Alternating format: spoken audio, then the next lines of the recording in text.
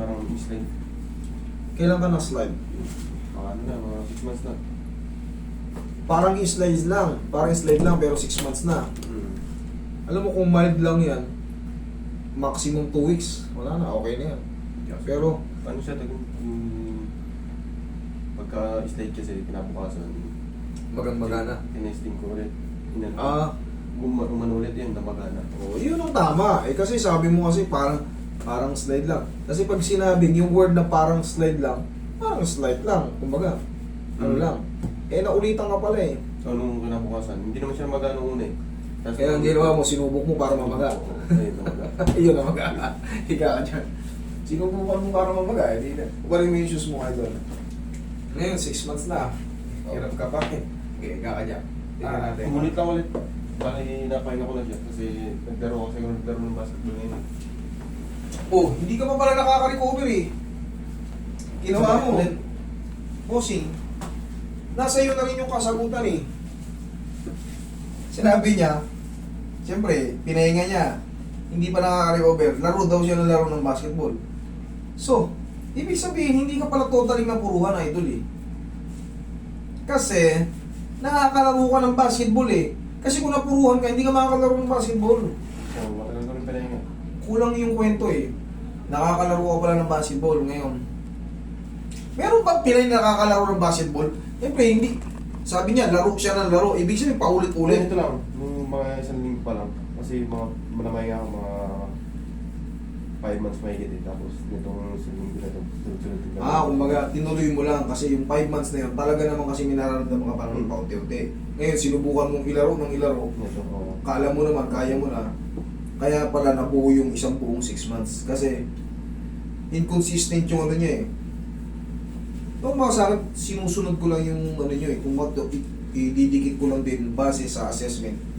Base sa sasabihin nyo sa akin. Kasi, dito rin ako kukuha ng ano, diskarte sa bawat sasabihin nyo eh. Kasi kung sa kada kwentuhan natin, may mababanggit kayo, master, nasemplang ako sa motor, nalaglag ako sa balon, nalaglag ako sa kung saan. Siyempre, i-consider ko pa rin yung mga fracture, yung mga ganyan. Pero sa kanya, nilaro niya ng nilaro, malamang naka mild twist. Pag pinilit mo ilaro yun, mamamaga yung mga tendons and ligaments mo. Ito na yung nararamdaman niya. Ayan, bilog mo. Namaga ulit eh. Namaga ulit siya. Pero bali wala yan. Kaya natin yan. Papahinga mo lang doon ng mga maximum 3 weeks. Okay na ulit ito. Hindi mo muna kasi pinaalayng bago ka naglaro ng naglaro eh.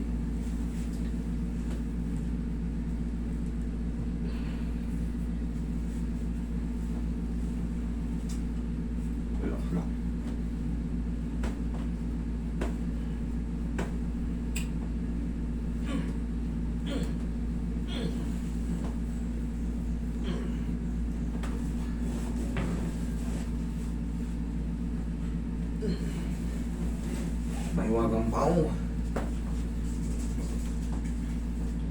Laglag mo lang. Yan.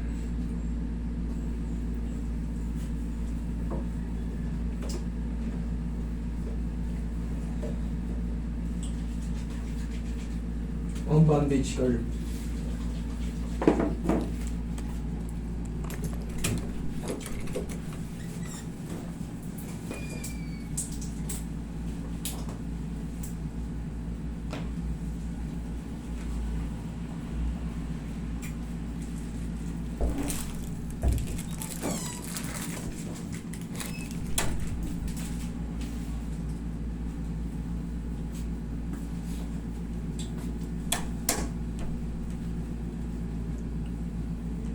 Nabuto mo lang? Yan. May sabaw eh, no? Mahina lang yan, pero... Sabaw. Huwag lamutan mo lang.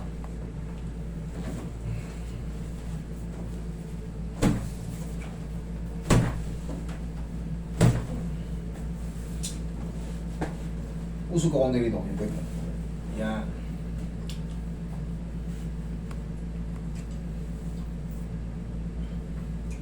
Huwag mo muna ito ilaro, idol ha. Basa yung tuhod mo. May konting ano, may fluid siya. Tinubig na yung tuhod mo. Pero konti pa lang. Pero siya, lalala yan pagka yan pinersa mo ng talon-talon. Makakabalik ka rin kaso kailangan mo mag-wait. Magsisimula ka muna sa biking. Kung after 3 weeks, mag-bike-bike ka muna. Pero hindi yun isang araw, isang linggo. Para kang ano yun, magsiself-rehabilitation. May tama na tutukod mo ito. Maaaring may mga partial tear to. Sa x-ray hindi makikita yun. Pakawala yan, sipa mo. Okay. Sipa. Sipa. Kita mo. Yun, very good. Isa pa. Sige. Testing mo yun. Dotchi nila so. Lakad ka nga, sige nga.